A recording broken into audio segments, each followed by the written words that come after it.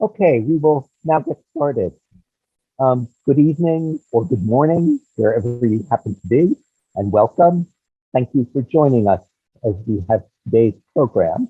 My name is Ken Pomerantz, and I'm University Professor of Modern Chinese History at the University of Chicago and Faculty Director of the University of Chicago Francis and Rose Yuan campus in Hong Kong. Tonight's event is sponsored by the Center for East Asian Studies, also known by its acronym CEAS or CEAS. CEAS is a U.S. Department of Education designated National Resource Center at the University of Chicago and supports a variety of activities on campus and beyond, remote teaching, research, interdisciplinary scholarship, and greater public understanding related to the study of China, Korea, and Japan. For more information on the University of Chicago Center for East Asian Studies, please visit the CEAS website and subscribe to receive weekly outreach emails. Those links will also be provided in the chat box.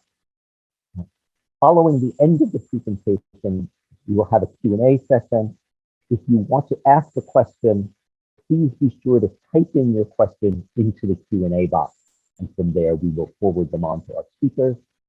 And so welcome to our program on the history and influence of jazz in China. When you think Chinese music, you don't automatically think jazz. And when you think great jazz cities, you don't automatically think Shanghai. You are more likely to think New Orleans, New York, Chicago, Paris. But jazz, as it turns out, has a very lively and interesting history in China, one that is both interesting for its intrinsic musical content, but also for what it tells us of the social and cultural history of the region, and even in some ways the political history. And we'll find out quite a bit about that tonight. We have two speakers. The first is Eugene Marlowe. Dr. Marlowe is an award-winning composer, arranger, producer, presenter, performer, author, journalist, and educator. He's author of 13 books and over 400 articles, including a book, Jazz in China, From Dancehall Music to Individual Freedom of Expression, published by the University Press of Mississippi in 2018. Dr. Marlowe is Senior Curator of the Notes in Jazz Perspective Concert Series at Baruch College at the City University of New York, where he teaches courses in media and culture. Dr. Marlowe has received numerous awards for excellence in documentary style programming in both domestic US and international competitions. His documentary short, Zikaron Kristallnacht, A Family Story, in 2016, was an official selection in 18 different film festivals. This short received the 2010 James W. Carey Award for Journalistic Excellence in Media Ecology Association. Our other speaker is Philip V. Bowman. Professor Bowman is the Ludwig Rosenberger Distinguished Service Professor in Jewish History, Music, and the Humanities in the college at the University of Chicago. His teaching and research draw upon diverse methods and perspectives in music scholarship to forge an ethnomusicology built on foundations in ethnography, history, and performance. He's particularly interested in exploring the relationships between music and religion, music, race, and colonial encounter, and music and nationalism. And we'll see a whole bunch of those figure in our program tonight. The study of Jewish music and modernity has provided a primary focus for his research for 4 decades, but he has done much else as well. And since 1998, has provided the context for his activities as a performer, both as the artistic director of the New Budapest Orpheum Society, a Jewish cabaret and ensemble in residence at the Humanities Division of the University of Chicago, and in stage performances with Christine Wilkie Bowman, works for the piano and dramatic speaker created during the Holocaust. With the New Budapest Orpheum Society, so it has released 4 CDs, most recently As Dreams Fall Apart, The Golden Age of Jewish Stage and Film Music, 1925 to 1955, at Figaro Records, 2014. And with that, I think we are ready to go. So we will begin with Professor Bowman, and I will turn it over to you. Okay. I'm going to share my screen now. Here we go.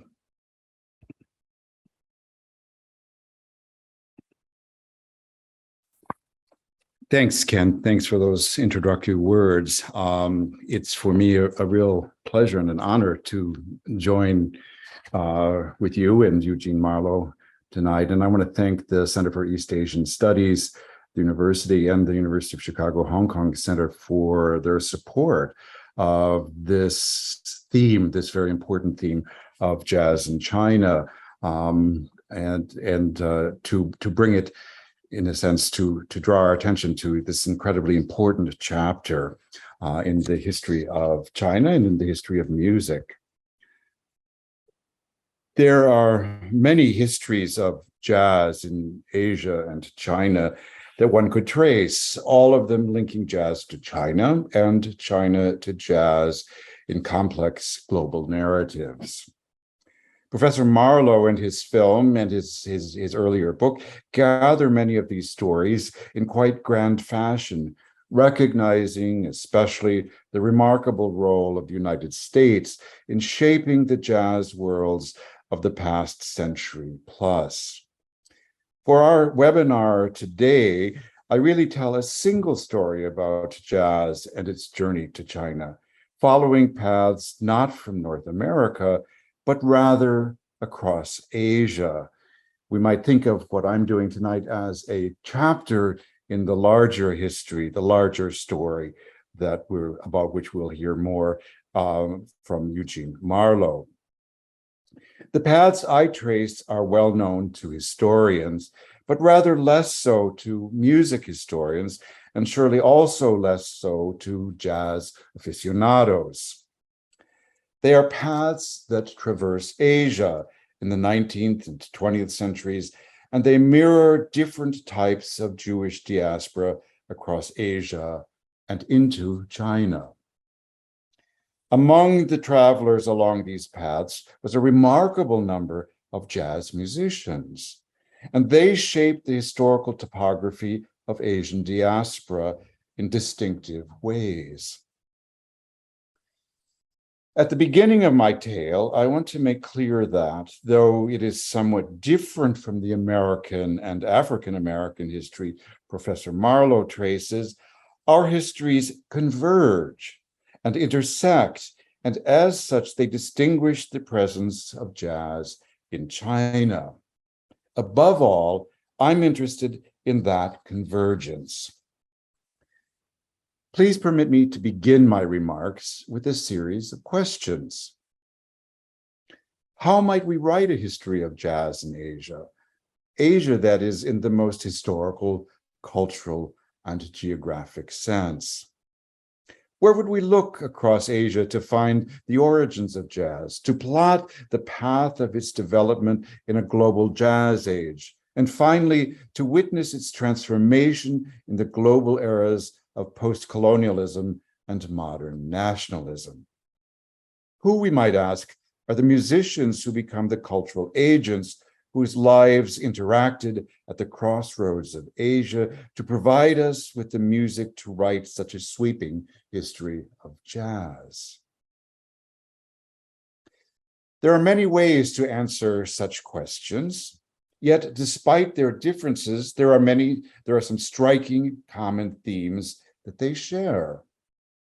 For us today at this webinar sponsored by the U of C Hong Kong Center, one of the common answers to all the questions would be the ways in which the modern spread of Jewish musicians and Jewish diasporas across Asia has formed around the cultural and historical crossroads that together mapped 20th century Asian history.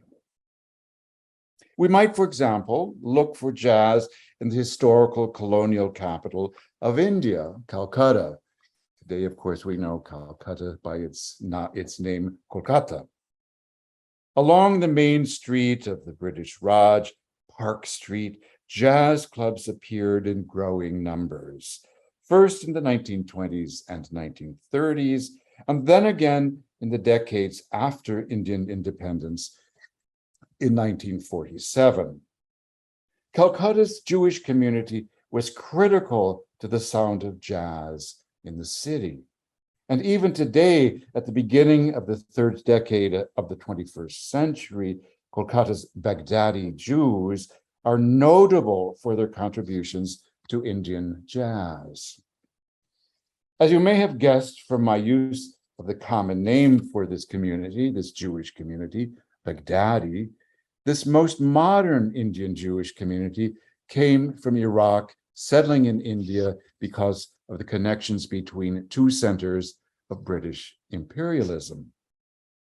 In Baghdad, as well as in other urban crossroads of the Arab Middle East, such as Basra, Jews were also intensively active in all sorts of public music making, especially genres that formed at the musical crossroads of classical and popular music, where, in fact, jazz began to take root in the 1920s and then grew rapidly in the 1930s as Iraqi radio and the recording industry flourished. Let's look for a moment at the paths of this Baghdadi Jewish diaspora as it spreads across Asia, spreads also to other areas of the global South, and even somewhat to Western Europe as well.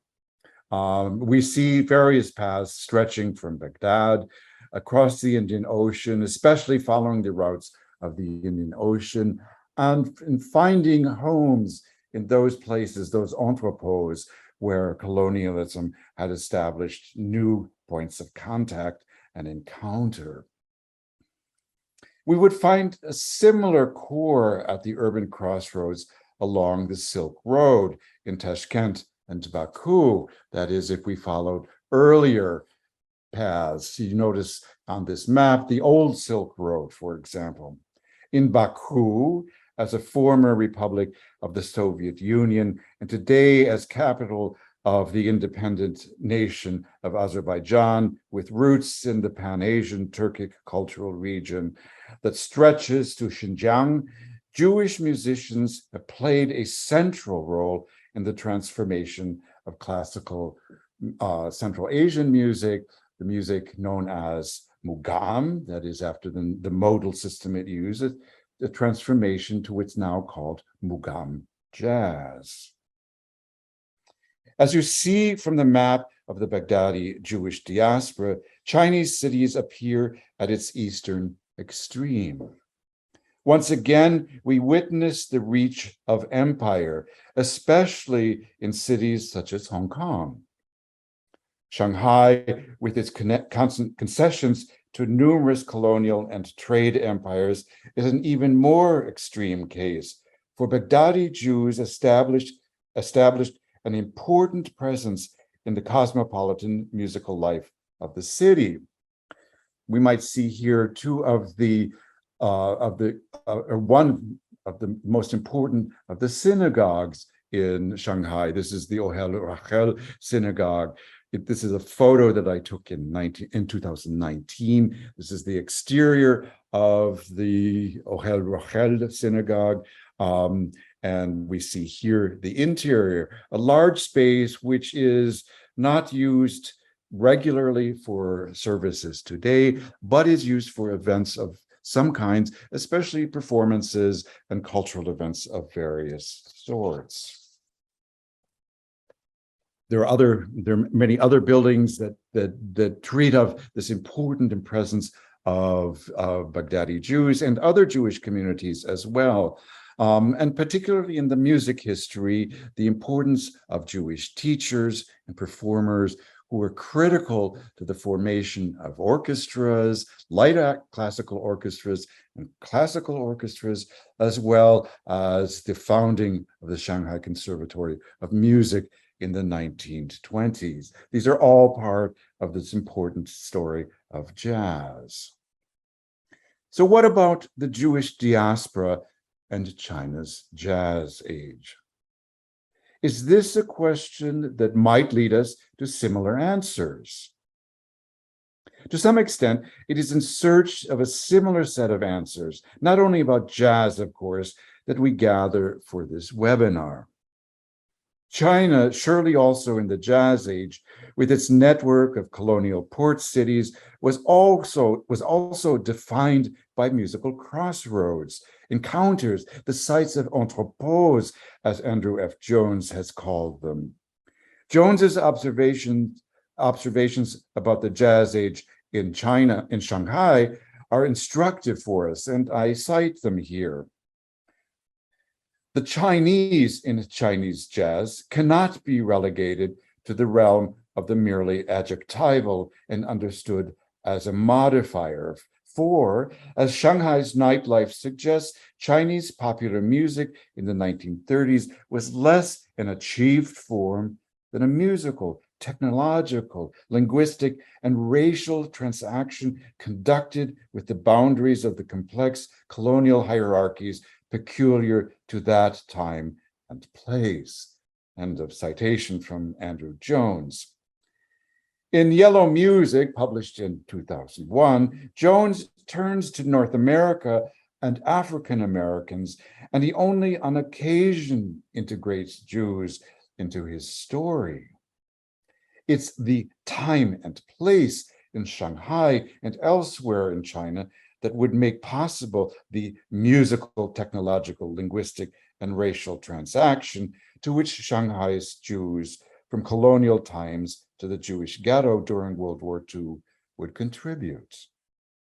Moreover, it is the importance of media to jazz and the Jewish diaspora, film, recording, radio, that forms crossroads enacted by Jewish musicians worldwide and in China. The second stream of jazz history that flows into China across Asia arrived with Jewish refugees from Europe, fleeing across Asia during World War II and the Holocaust. Once again, there were many musicians among these refugees. Once again, those musicians contributed to a growing jazz world in Shanghai.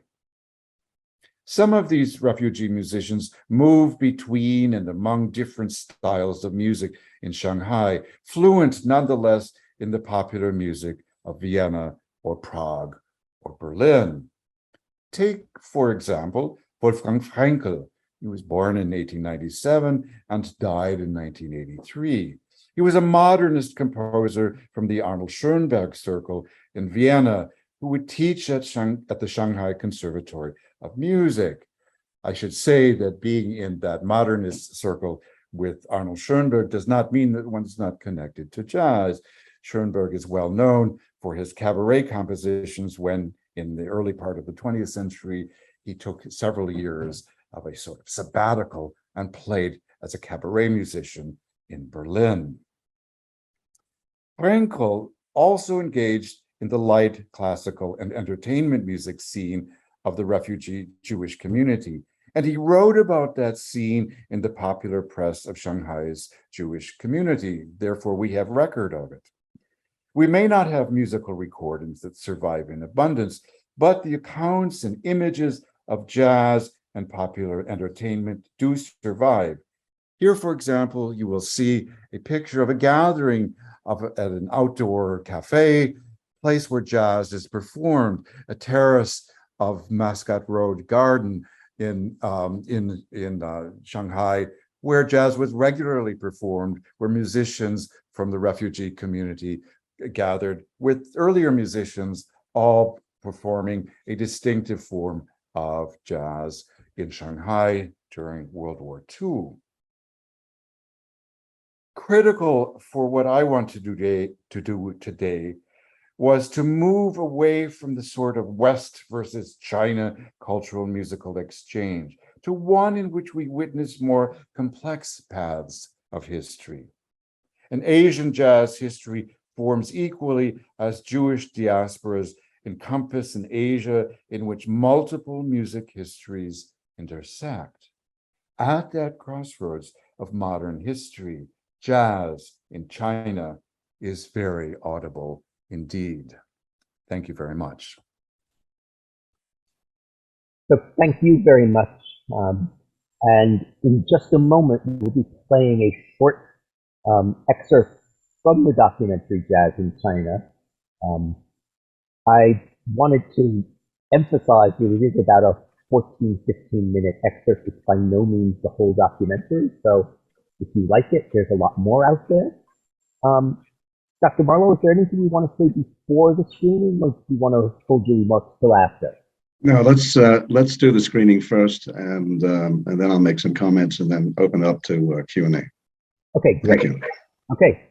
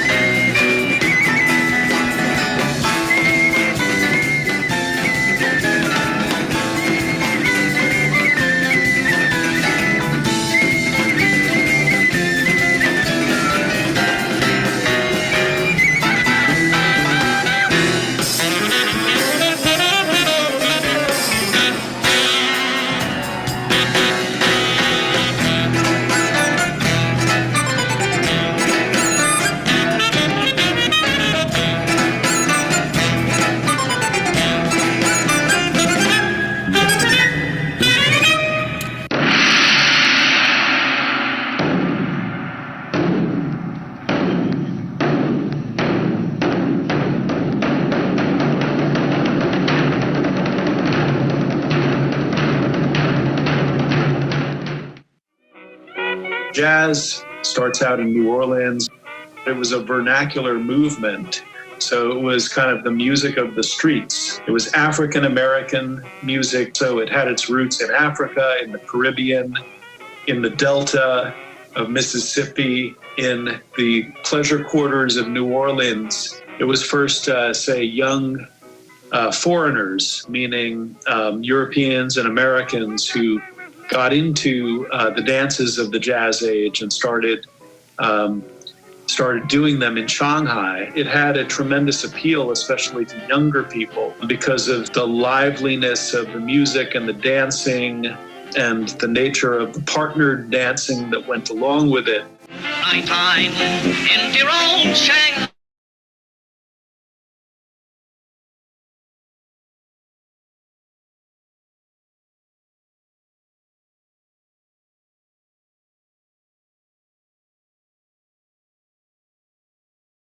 Come, dear, we'll let the rest of the world go by.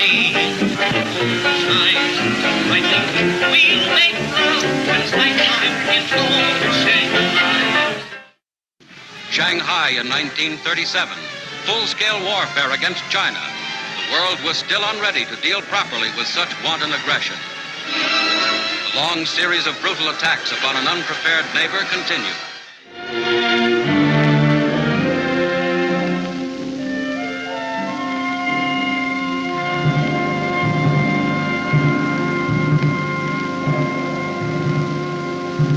Yesterday, December 7th, 1941, a date which will live in infamy.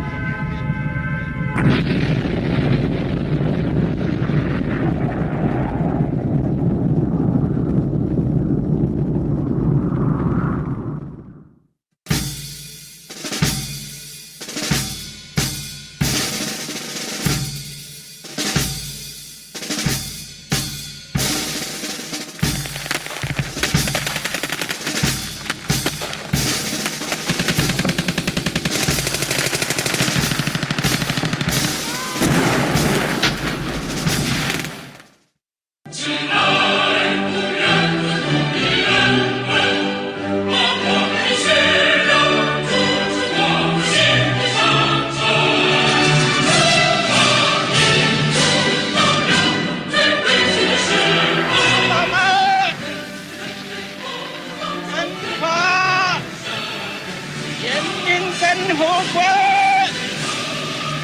南洋人民政府今天胜利了。我那是刚刚胜利吧，刚刚胜利，最繁盛的，在最繁华的时候，顶峰的时期。到了53年，中国全面关掉，全面关掉以后呢，我们没有工作了。那么周生光最遗憾的就是不能听音乐，特别是古典音乐不能听，对吧？他听的也很局限性，很小的一部分东西，就是那时候的所谓这个红色经典，红色。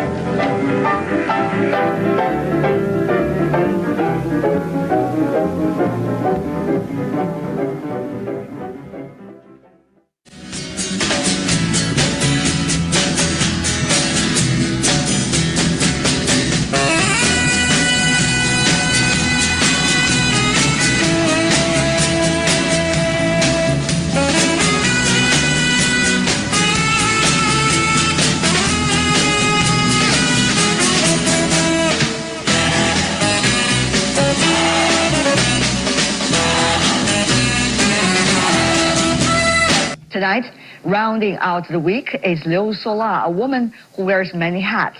Liu started in the 1980s as an author, just as China opened up to the outside world. Yet she was not content in simply being a big name. She prefers to play artistic genres.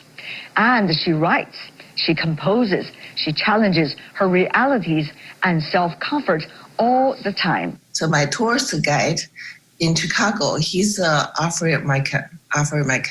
So he said, I'm going to take you to an interesting place. This place, no white people dare to come. Then he introduced me to this group of people. So that's Junior Wells Band. Lord, I wonder what's done got the matter. I try, you know, and try. It seemed like the hours. Now everything will change. I was shocked, and watching him, I was really shocked. It's the first time in my life I heard blues. When I heard blues, I feel this is something I want to chase. So that's why next year, not next year, 1989, I went back to Memphis to study blues and recorded blues in Memphis with the Memphis musicians.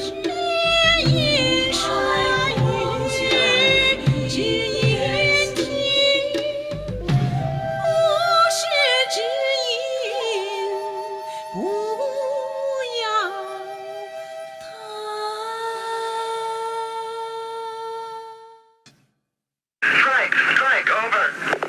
Yeah, I just saw tear gas on the west side. Peking residents confronted Western reporters today, urging them to tell the world about the massacre. We are seeing dozens of very badly wounded people coming to this very small, inadequate hospital here. The people are very, very angry.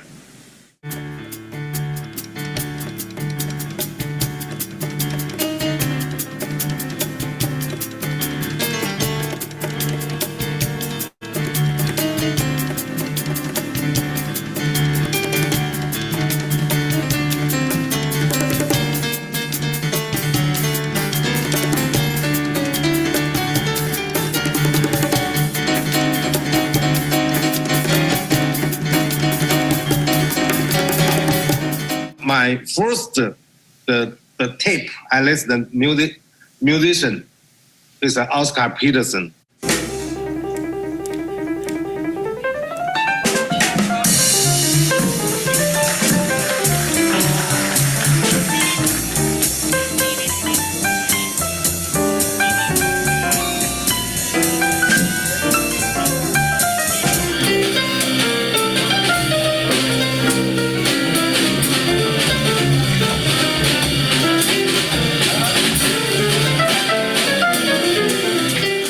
Kong Hongwei is one of the earliest jazz players in China.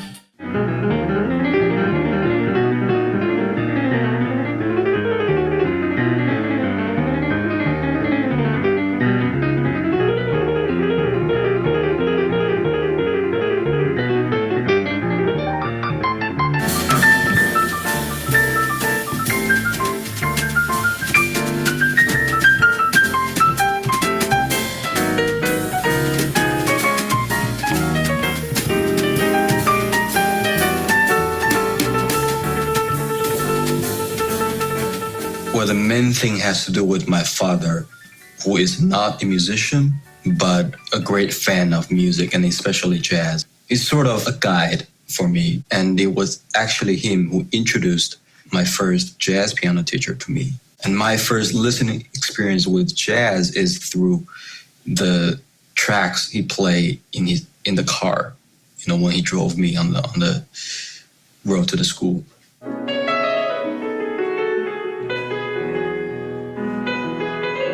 I didn't know what jazz was about until I sort of found my own voice. And it was because of a few musicians, including the French jazz pianist Michel Petrucciani. I listened to Michel Camilo and Chick Corea, Herbie Hancock.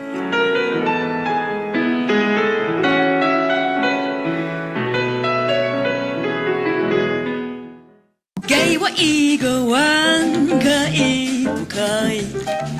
吻在我的心上，让我想念你。总是瞪着你的眼睛，你不回，我也要向你请求，绝不伤心。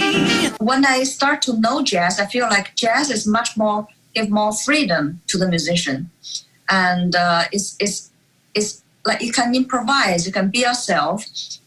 There is no such a standard, everybody playing the same. We have Jasmine Chen right now, walking the carpet, looking absolutely stunning. At the beginning, I didn't know what is the Crazy Rich Asian. It came from the book and then the Mikko story. So I was very curious about what it's about. And then I flew over to Malaysia for the first scene.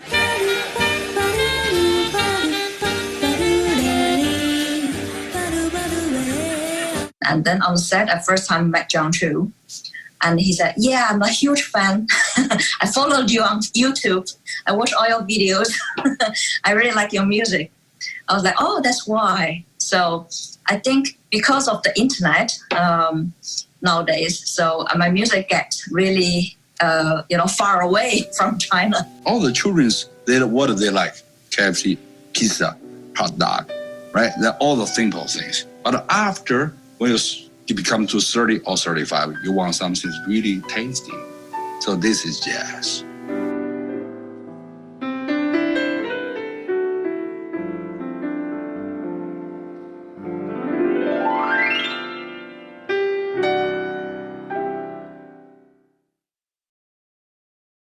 Okay, so that was just a taste of the larger documentary.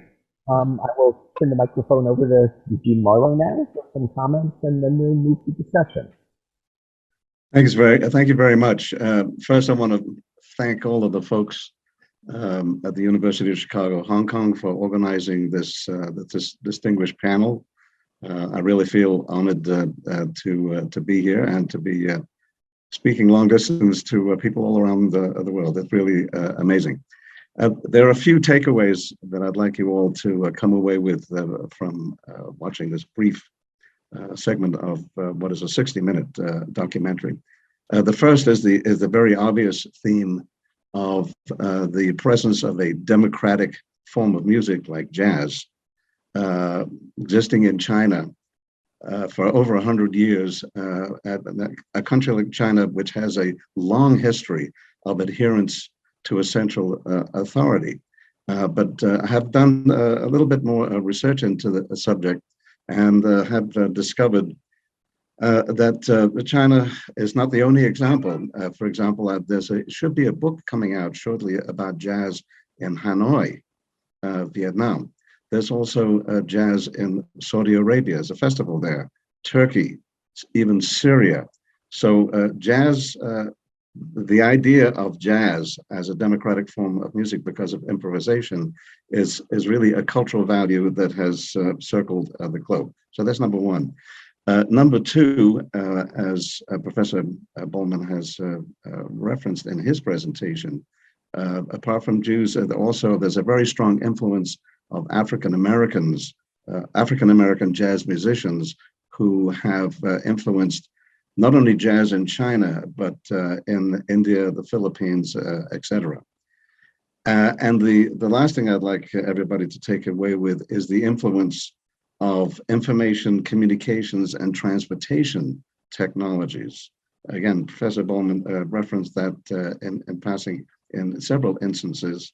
For example, if it wasn't for the fact of the building of the Suez Canal in the middle of the 19th century, I'm not quite sure we would be having this discussion, because that canal lopped off 3,000 miles of travel from Europe to the Far East. Several of the musicians in the clip that you just saw referred to the audio cassette, and then it became the CD, and then it became the internet. So these three types of technologies and media in the 20th century and going into the 21st century have clearly carried a message not only to China, but around the world. Anyway, those are the only remarks that I have to say, and I'm open to questions or comments. Okay, thanks very much. Before we get to Q&A, I can't help making a comment that's only tangentially related to jazz, but I think is related to our discussion tonight anyway. This afternoon, I was doing some work and I was reading about the revival of popular religion in a rural part of North China. I mean, as far from a place like Shanghai as you can imagine. And it turns out that when temples were reopened in the 1980s, people were very happy, but not everybody agreed about what should be going on in the temple. And in this one particular temple, there was a clash between two groups of people. I started to read on, fully expecting that what I was going to hear about was some complicated doctrinal dispute about the nature of the deities they were worshiping. No, turned out what they were fighting about was what instruments could be used in the music at the temple. And it was basically an argument between people who wanted only Chinese instruments and people who also wanted Western instruments. And this was, as I said, out in rural Hebei. You don't think of things like that in a place like that. I think it's testimony to the way in which music has all these unsuspected histories and is also a vehicle for kinds of both coming together but also arguing. So I'll leave that hanging in the air and we'll go to questions. Our first question is for Dr. Marlowe, and it's simply, what made you want to make this documentary film? This is a happy accident. I was invited to be a visiting professor in 2000 to the University of Shanghai School of Film and Television. And I gave lectures to undergraduate students, graduate students, and at the time there was a meeting of radio and television professionals in China, in Shanghai at the time. So I had a very interesting 2-hour encounter with those folks. But in the middle of the 2-week trip, since I'm a jazz musician myself and a composer and arranger, I asked my hosts if there was any jazz in China, in Shanghai.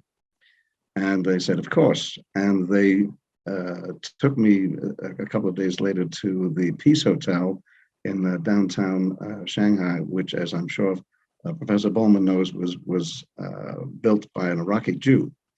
And after eating some very expensive small sandwiches, out came these 6 musicians, and I'm sure you all know. And I was very excited. And I was expecting these indigenous musicians, to be playing either Dixieland jazz or traditional jazz. And they started playing, and after about 2 or 3 minutes, I was a bit dismayed, to put it mildly, because they weren't playing jazz, they were playing standards, or their impression of standards from the Great American Songbook from the 30s, 40s, and 50s. And it wasn't all that good. The piano player was playing wrong chords. The drummer, with all due respect, could hardly improvise. So I was a little disappointed. I thanked my hosts from the university very much. Didn't say anything else. I said, thank you. That was a great experience. And on the plane coming back to New York, I said to myself, there has to be more than what I heard in Shanghai. I got back to New York and I started downloading every article that I could find about jazz in China on Google. And after a few months, the same names seemed to come up time and time again, both in Beijing and in Shanghai. And so I decided I was going to do a lot more research. It took me several years, went back to Shanghai and also Beijing in 2006. And that was sort of the beginning of this 22-year journey. The book was finally published in 2018. But even before the book was published, a colleague said to me, well, what does the music sound like? I thought about that and I said, well, there are only a couple of ways to present that. There's either to create a CD or a documentary. So now 2022, here's the documentary, and people can not only read about jazz in China and its 100-year history, but they can also hear the music over that period of almost 100 years. So that was the genesis, and it's taken on a life of its own at this point. Thank you for asking that question. Okay, the next question I suppose could be for either of our panelists. So this is clearly a big question, but what was life like for Black musicians in interwar Shanghai? Did they encounter issues connected to race, ethnicity, nationality, etc.? Did they find it a freer place then? For instance, Jim Crow New Orleans, or did they find it a more restrictive place? What was it like for them? Are you asking about Black musicians in Asia or China specifically? China specifically is the question, but if you want to talk about other... There was I wouldn't call it a huge migration, but there was definitely an African-American diaspora in Asia, not just in China. And many of them escaped the United States because of the racism. One example of a fellow who experienced both, Buck Clayton, who a famous trumpeter, he brought his group to Shanghai. They played in several clubs, but he got into an altercation with, as it turns out, not a Chinese person, but an American white Marine. And there was a fight was ensued. He was fired from Buck Clayton was fired from the club, but they found other work. And most of them, with one or two exceptions, got out of Shanghai and came back to the United States right before the Japanese invaded Shanghai in 1937. But many black musicians left the United States. They said, I'm out of here. And not only went to Asia, but also to Europe. So where they were very welcome, more welcomed in Europe and in Asia than they were in the United States. Philip, would you like to add to that? This is, of course, a really important chapter of the ways in which race is a part of colonialism and the end of colonialism as well. I mean, surely during the 1930s, many African American musicians found their way to Asia, where they were welcomed in particular bands. They would often play in hotels. They often did so because they had recording contracts. I mean, this was the moment in which new recording possibilities were possible, and it was places like Shanghai, especially, and Andrew Jones, of course, has written a great deal about this. There was racism, but there was also a tremendous amount of acceptance. The same is true in Calcutta, where musicians from Chicago, for example, could play successfully. Black musicians from Chicago could play successfully. World War II, of course, really changed all of this, and they weren't able to sustain their presence. Actually, fairly successful careers at the time, and they could make a living. Yes, exactly. There wasn't starvation wages. They can actually make a living, as many musicians in Shanghai and Beijing do today. It's amazing. The tradition continues. I'm going to jump the queue of questions a little bit because we have one further down that follows up on this one very closely, and it's from somebody named Jade Zhang, who is doing a PhD at the University of Edinburgh about the sociology of jazz in China, and wanted to know if either of you could talk specifically about do you think there is a thing that is specifically Chinese jazz, and if so, what's its characteristic? And secondly, since race has been an important theme in jazz studies, I wonder if you could say a little bit about the negotiation between Blackness and Chineseness in Chinese jazz. I could answer the first question. You saw a little bit of the adaptation of the adoption of jazz with Chinese instruments, if I understood your question correctly. In the Kang Hong Wei sequence, right at the beginning of the soundtrack. In the full documentary, you can see a lot more of that, particularly by Kang Hong Wei, who's one of the earliest jazzers in the early 1990s in Beijing. He actually comments right at the end of the documentary about how he's adapting the pipa and the erhu and other Chinese instruments, both the string instruments and woodwind instruments, into his jazz. I mean, he's a virtuoso on the piano, and a good composer and an arranger, and he teaches also in Beijing. So he has taken these Chinese instruments and he's infused them into his arrangements. As to the conflict between Chineseness and Blackness, can't comment on that. Perhaps Philip can. I also can't comment on that.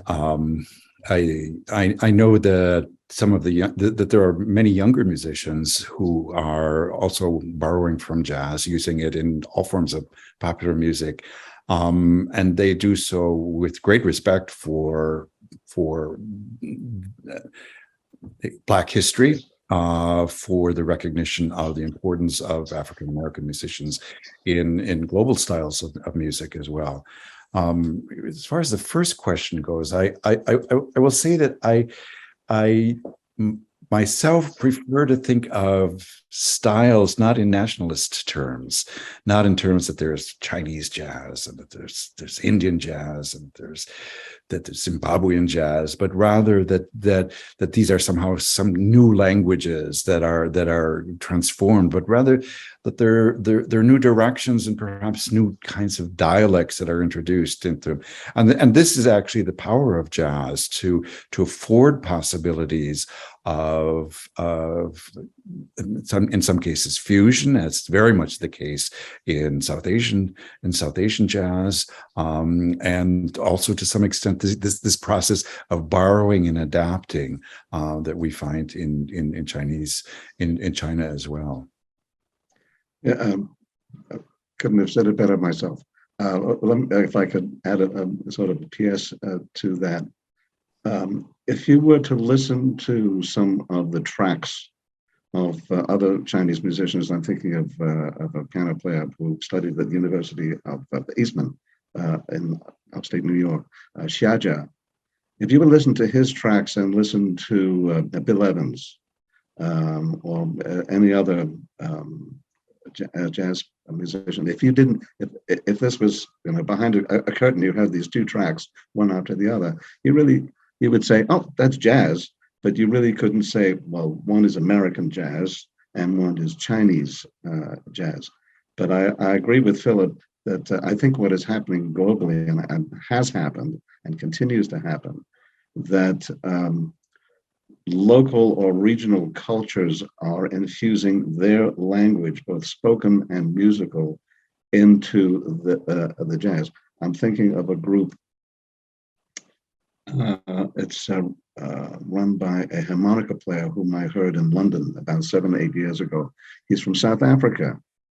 And if you were to listen to his jazz, you would say, oh, that's great. But would you know that he and his group are from South Africa? No, you wouldn't. If you go to the Middle East, you probably have a little bit more of an indication. Oh, that melodic, that scale sounds a little Middle Eastern. So you get some sense of where the jazz is being performed. But jazz is jazz. And of course, there are different styles of jazz. I mean, we listen to bossa novas and sambas, which originated in Brazil, but the chordal foundation is jazz. And they just took their instruments and their rhythms and adapted it. So jazz is, I want to bring the Judaism in here a little bit. Just like the Jews, since the diaspora have adapted to the cultures in which they've found themselves, jazz has done the same thing. It has a common foundation and a common language, and cultures all around the world have just taken it and adapted it and adopted it and put their own language into the music. I wonder if anybody listening to Oscar Peterson in 1964 thought, wow, this is a Canadian musician. That's exactly right. That's right. And how many comedians have come from Canada as well? So that's right. You don't know the difference. That's right. Great. I love that. So it is possible that somebody listening to Dave Brubeck could have said, this is the guy who has just toured the Middle East. That's right. So this actually flows into one of our other questions, which asked about influence going in the other direction from China jazz elsewhere. Specifically asked, is there any evidence of influence from traditional Chinese percussion on the development of jazz drumming, particularly bebop in New York in the 40s? That's interesting. Thanks, Philip. I know that the question wanted to specify bebop, and I'm in the 1940s, and I'm not able to answer that question. Not least because, of course, the types of recordings that we have in the 1940s, because of the restrictions on shellac, for example, that made recordings harder to hear, was also a time when exactly the sorts of exchange that we were hearing were more difficult. What I can say is that Chicago, to stay close to home where I am, for example, has had an Asian jazz festival for a number of years now. And within this Asian jazz festival, I mean, first of all, the city is full of Asian jazz musicians, and this festival is one in which there's all sorts of exchange, and in which musicians who are using traditional forms also of percussion, coming from Japanese taiko, for example, will also think about what the meaning is for that can have. Certainly has been the case for other types of percussion, Korean percussion influencing jazz, for example. Well, jazz is, and there's a lot of historical evidence for this, is its basis comes out of Western Africa with the clave.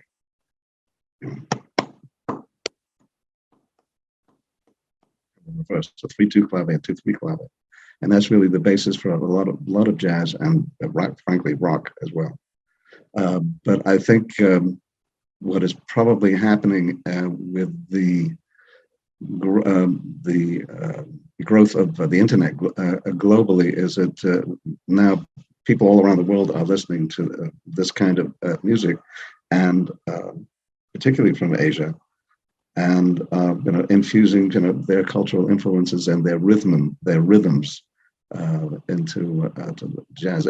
It's going to be interesting to see what jazz sounds like globally in about 20 years, or 25 years. I think it's going to. This is what is great about not just jazz but music generally, and literature, and sculpture, and painting, and so on.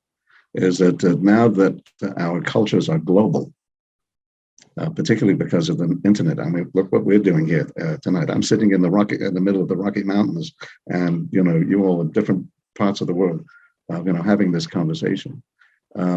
It evolves. Well, a culture, it either evolves or it dies, and I think what we're seeing is the evolution of this kind of music. Same thing with classical music, and I think over time, and I don't think it's in the future. It's already happened, and it's happening now. Is that it's very hard to define what is music. What is classical music? What is jazz? You take a composer like Maria Schneider, who has crossed over from pure jazz, where she started, and is now doing classical. And those two things are fusing together. So it's really it's world music. It isn't this music over here and this music over here. It's becoming really world music. Okay, that actually fits with yet another of our questions, which is about the blurring of musical genres. This is from a person who's now living in Chengdu, who says that starting around 2009, she started swing dancing. And apparently swing has taken off in a big way in China over the last decade. And she was wondering if there's any research on how the spread of swing dance in China has further spread back to jazz music, or conversely, how jazz has influenced the spread of swing. Well, if it doesn't swing, Duke Ellington line, it has to swing. But there's a big swing market and scene in New York. There's even a club in New York on 46th Street called Swing 46. So, what's old is new again. So, it goes around. It goes around the world.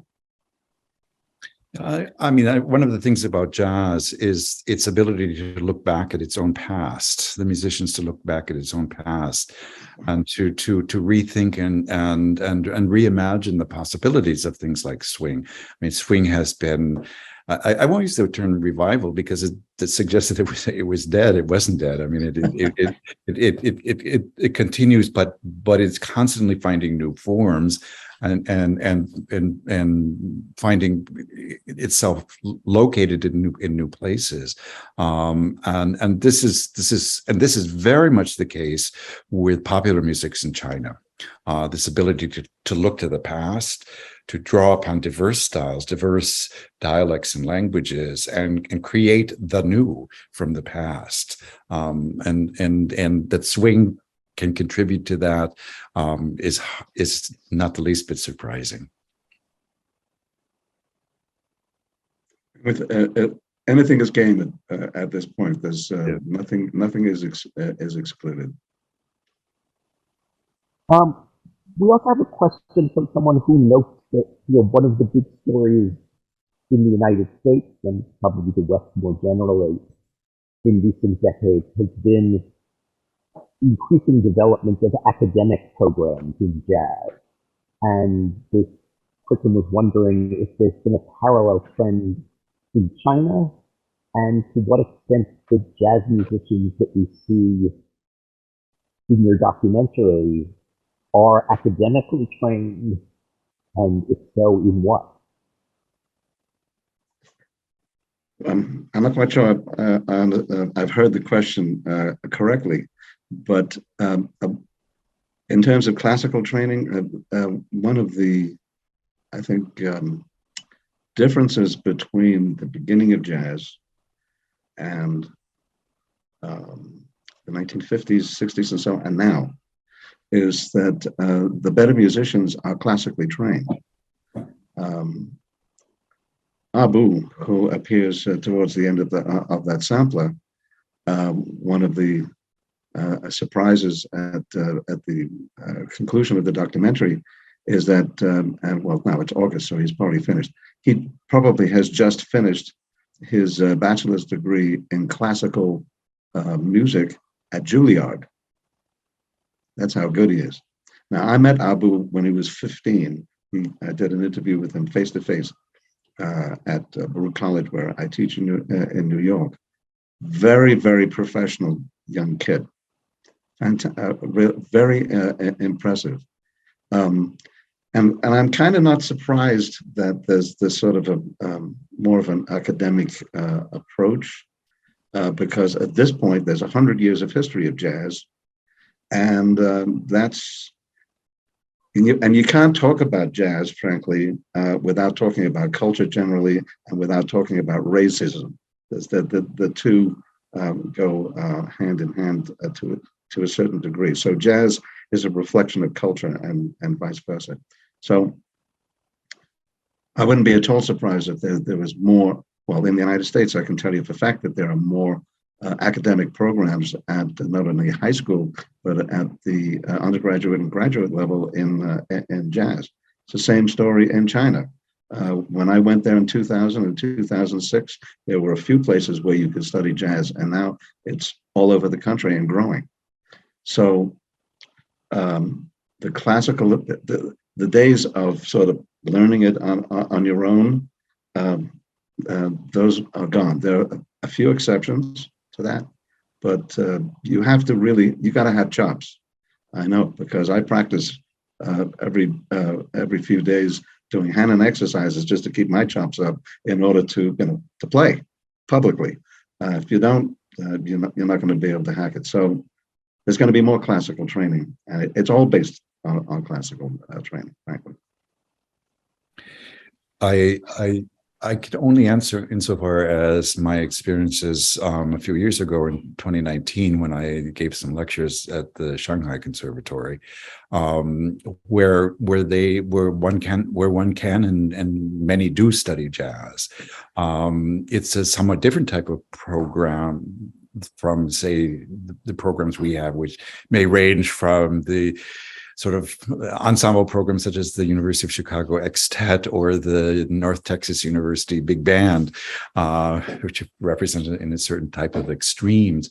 But it's very much a part of what what's done at Shanghai, and this is a marvelous conservatory with a history that's almost a century long. Yeah. And if I could put it this way, light classical music, and when I say light, I don't necessarily mean easy. I mean light in the sense that it has entertainment value, has always been a part of the Shanghai Conservatory, and it is today. It is today. We heard a lot, particularly in Professor Bowman's comments, about one part of the institutional structure supporting jazz, which is, say, the club.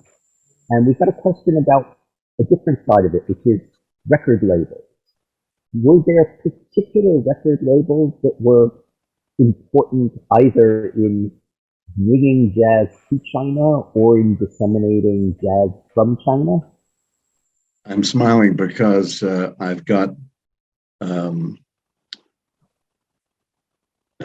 two albums of Chinese jazz musicians out of Beijing that I have yet to release. I'm not aware of any major labels bringing jazz out of China to the rest of the world. I can only surmise that what is happening in China is the same thing as what's happening in the United States and the rest of the world, is that increasingly musicians are doing it themselves or hooking up with independent labels as opposed to the biggies. When it comes to jazz, it's popular music, country and Western, hip hop, classical, and then somewhere down here is jazz. So I don't know of much Chinese jazz compositions and work and performances being brought out of China. Maybe I'm the only one. I've got several lined up for 2023, but the large labels are not that interested. It's not big bucks. It's not Beyonce. We know historically some things about labels and recordings that circulated, and I'm going to use the term circulated in this case. Andrew Jones writes extensively about it. I mean, it's sort of critical to his argument in Yellow Music that in 1930s Shanghai that there was this kind of circulation that happened with recordings. We also know historically, I'm saying as historians, that the big major colonial labels recorded extensively and intensively across Asia. That's right. His Master's Voice, HMV, EMI, these labels, and they throughout these areas, and in this case, we have those recordings. There many of them are in archives. The HMV and EMI recordings, the old British labels are sitting in warehouses in North Kolkata right now, hundreds of thousands of recordings from Asia, and this is part of the sort of exchange that is in the history of American recording as well, in things called which are called race records. There would better be called ethnic recordings. This is how, for example, klezmer music is well known, because recordings were moving between Romania and New York City, and similar types of things were happening as well to some of the recordings that would end up in Chinese music clubs in San Francisco, for example. I want to just mention here parenthetically, in all fairness, that Andrew Jones is also in my documentary. As a matter of fact, his book, Yellow Music, was seminal to my research. That was the first book I read in order to get a background. So I've got two Andrews in the documentary. He just didn't happen to be included in the sampler that I present. I have a question about transmitters of jazz back and forth other than musicians. So, are there important transfers that occur from students or expats or whatever who were not musicians themselves, but who simply happened to see and love jazz and bring it back? Kenneth, I have to say I had a little trouble hearing your question because of your audio.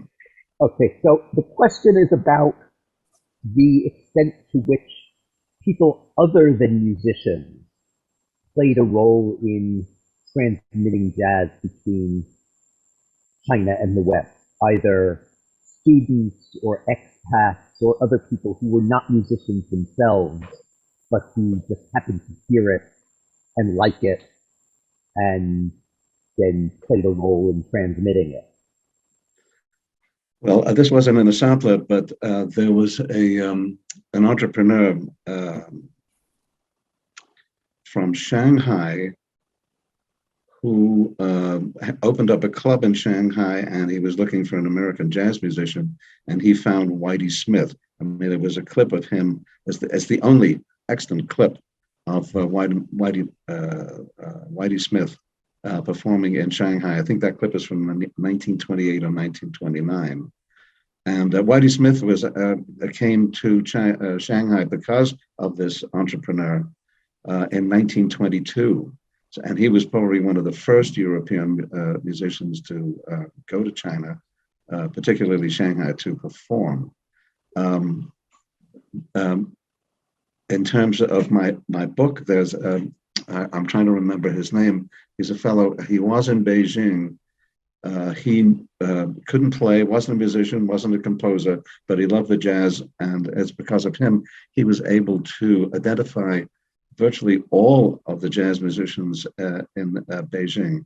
Oh, another example here, a German in the early 1990s, Udo Hoffmann, was primarily responsible for starting the first jazz festival in China in Beijing.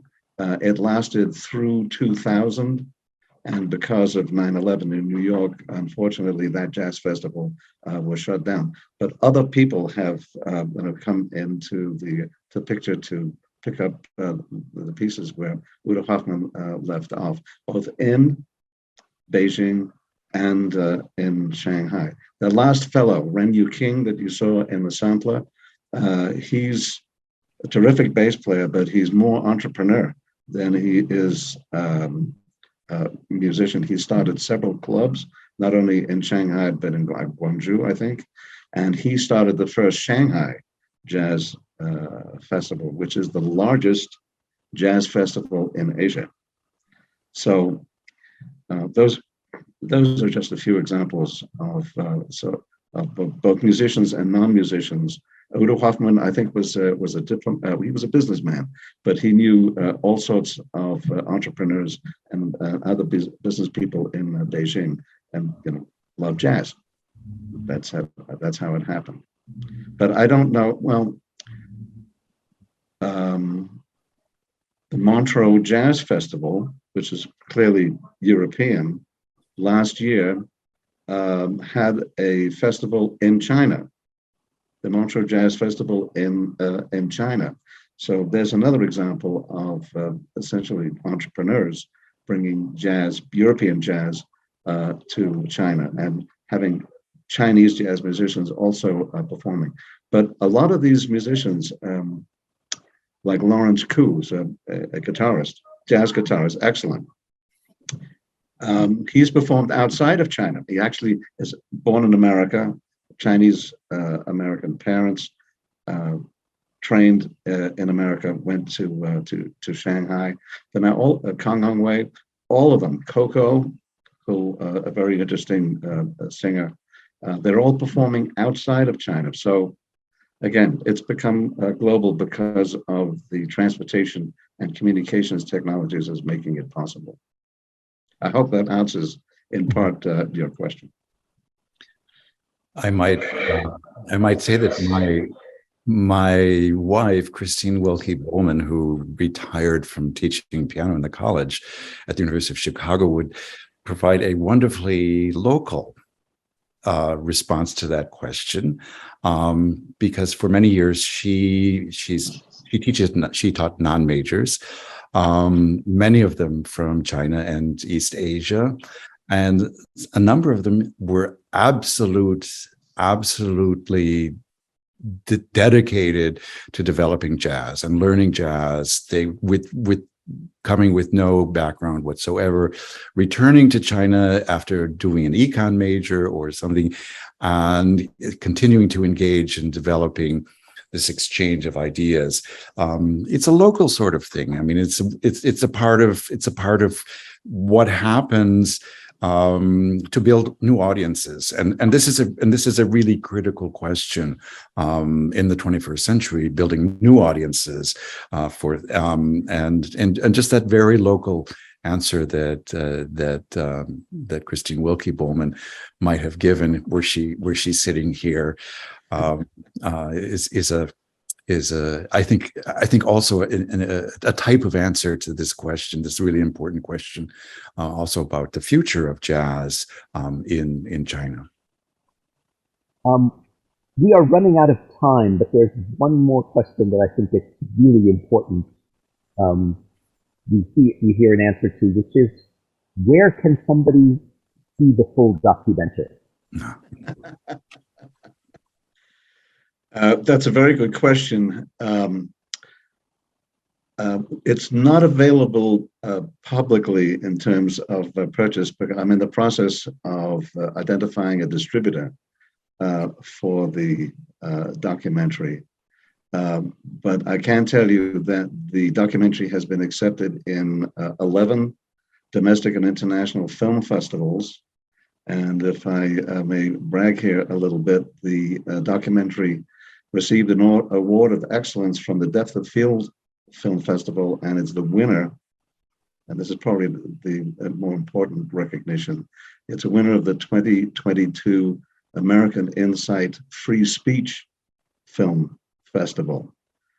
So I've kind of waited to let this documentary loose on the world, so to speak, until it got some sort of third-party objective recognition. But probably by the end of the year, it'll be available either in hard copy, a DVD, or on online access. So thank you for asking that question. I appreciate that.